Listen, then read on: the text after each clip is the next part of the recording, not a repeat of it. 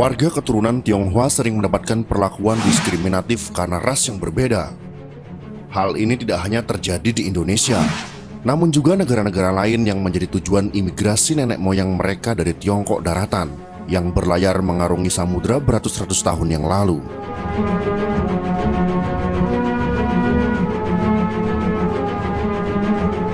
Di Indonesia sendiri, bangsa Tiongkok pertama kali menjalin hubungan dengan pribumi lewat perdagangan. Seiring dengan berjalannya waktu, banyak dari mereka yang menikahi warga pribumi dan mendapatkan keturunan sehingga akhirnya menetap di tanah air ini. Setelah menjadi warga negara Indonesia, tidak sedikit dari mereka yang menjelma menjadi seorang tokoh nasional. Banyak di antaranya yang ikut serta mendirikan negara Republik Indonesia, walaupun tak banyak yang mengenalnya.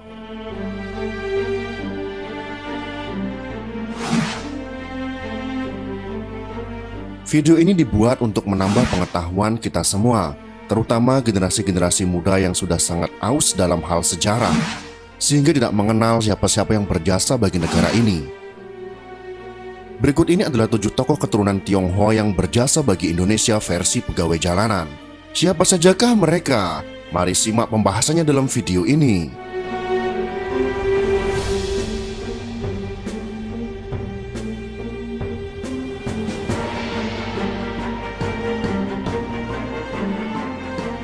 Laksamana Muda TNI Purnawirawan John Lee.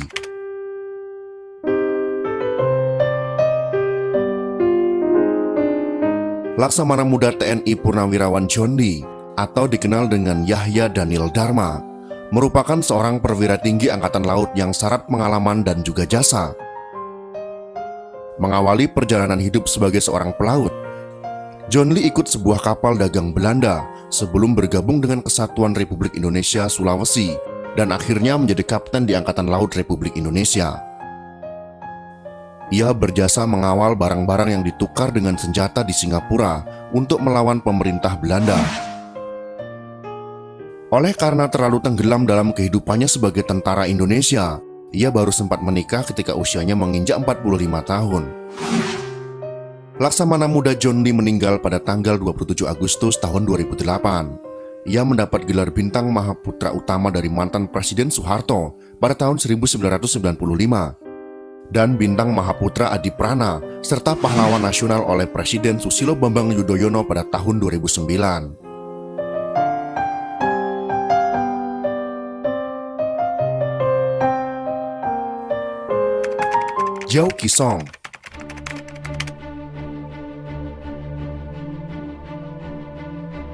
Peristiwa Rengas Dengklok mungkin tak akan pernah terjadi tanpa adanya campur tangan Jiao Qisong.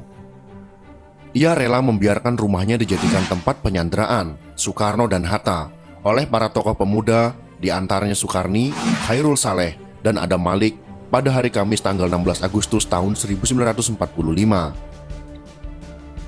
Jiao Qisong adalah seorang petani biasa yang tinggal di Dusun Bojong, Rengas Dengklok, Karawang. Sekarang rumah tersebut masih ditinggali oleh keluarganya. Sebelum meninggal pada tahun 1964, Jiao berpesan kepada keluarganya tak boleh meminta imbalan apapun dari orang lain. Setiap orang yang ingin tahu sejarah rumah itu harus dilayani. Jiao pernah mendapatkan piagam penghargaan dari Maijen Ibrahim Aji pada tahun 1961 ketika ia menjabat sebagai Pangdam Siliwangi.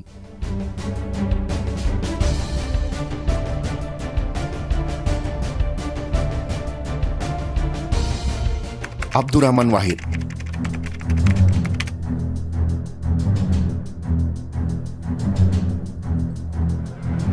Mungkin tidak banyak yang tahu, namun Abdurrahman Wahid atau yang akrab disapa Gus Dur ini pernah menyatakan bahwa ia mempunyai darah Tionghoa mengalir dalam nadinya. Dengan terbuka ia mengakui bahwa ia masih memiliki garis keturunan dari Tan Kim Han yang menikahi Tan Alok yang merupakan saudara Raden Patah atau Tan Eng Hoa yang mendirikan Kesultanan Demak. Menurut riset yang dilakukan seorang peneliti berkebangsaan Prancis, yaitu Louis Charles Damais, Tan Kim Han dikenal sebagai Syekh Abdul Qadir Al-Sini yang dimakamkan di situs sejarah Trowulan.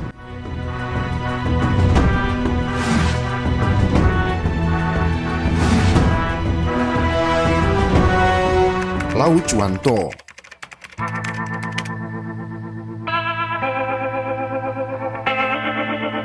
bersama beberapa tokoh keturunan Tionghoa lain seperti sejarawan Ong Ho Ham dan pendiri harian Kompas yaitu P.K. Ojong. Lau Chuan To turut terlibat dalam pencetusan piagam asimilasi yang menganjurkan agar warga keturunan Tionghoa sepenuhnya berasimilasi dengan masyarakat Indonesia. Lau Chuan To memeluk agama Islam pada tahun 1979 dan mulai dikenal sebagai Yunus Yahya. Ia menjadi penyokong berdirinya Masjid Lao Tse di Jakarta serta Yayasan Haji Karim Oi. Yunus Cahya yang pernah dilantik sebagai anggota Dewan Pertimbangan Agung juga pernah dianugerahi gelar Bintang Mahaputra.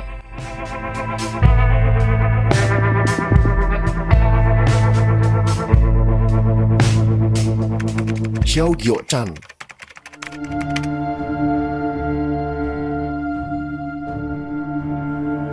Xiao Gyo-chan yang lahir di Surabaya pada tahun 1914 merupakan salah seorang tokoh pejuang yang berhasil membawa Indonesia keluar dari belenggu penjajahan Belanda.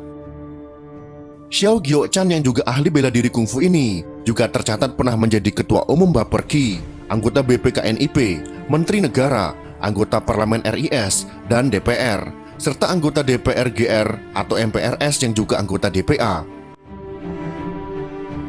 Ia turut berkontribusi juga pada pendirian Universitas Trisakti yang dulu bernama Universitas Respublika.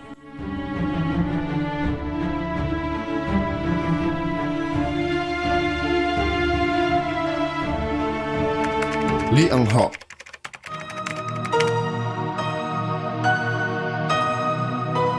Li Eng-ho dikenal luas sebagai tokoh perintis kemerdekaan Indonesia pada masa pergerakan melawan penjajah Belanda.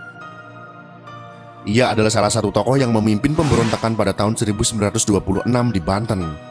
Waktu itu bersama rekan-rekan seperjuangannya ia merusak jalan, rel kereta api, jembatan, rumah-rumah, dan kantor-kantor Belanda untuk menunjukkan perlawanan terhadap pemerintahan kolonial yang menindas masyarakat.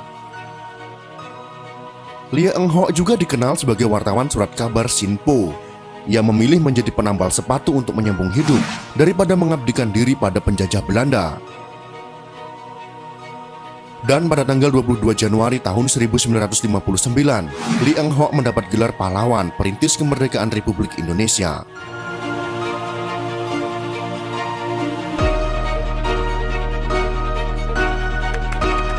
Su Ho-gi.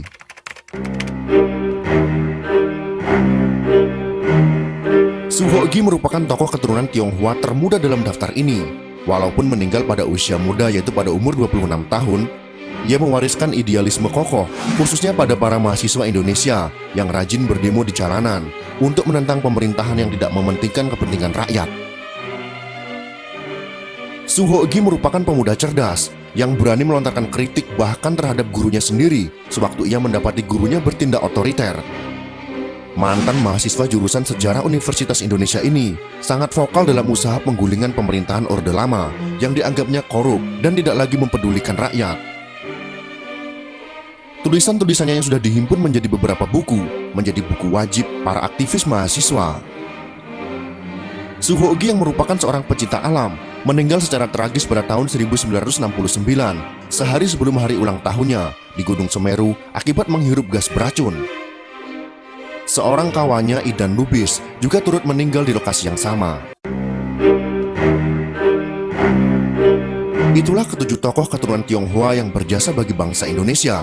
Semoga informasi ini dapat menambah wawasan kita sebagai generasi penerus bangsa ini.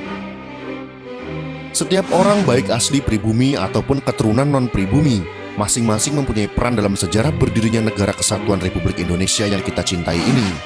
Semoga kita terhindar dari fitnah yang terus mengadu domba anak bangsa untuk terus bergaduh satu sama lainnya. Pastinya pergaduhan itu hanya akan membuang energi positif kita.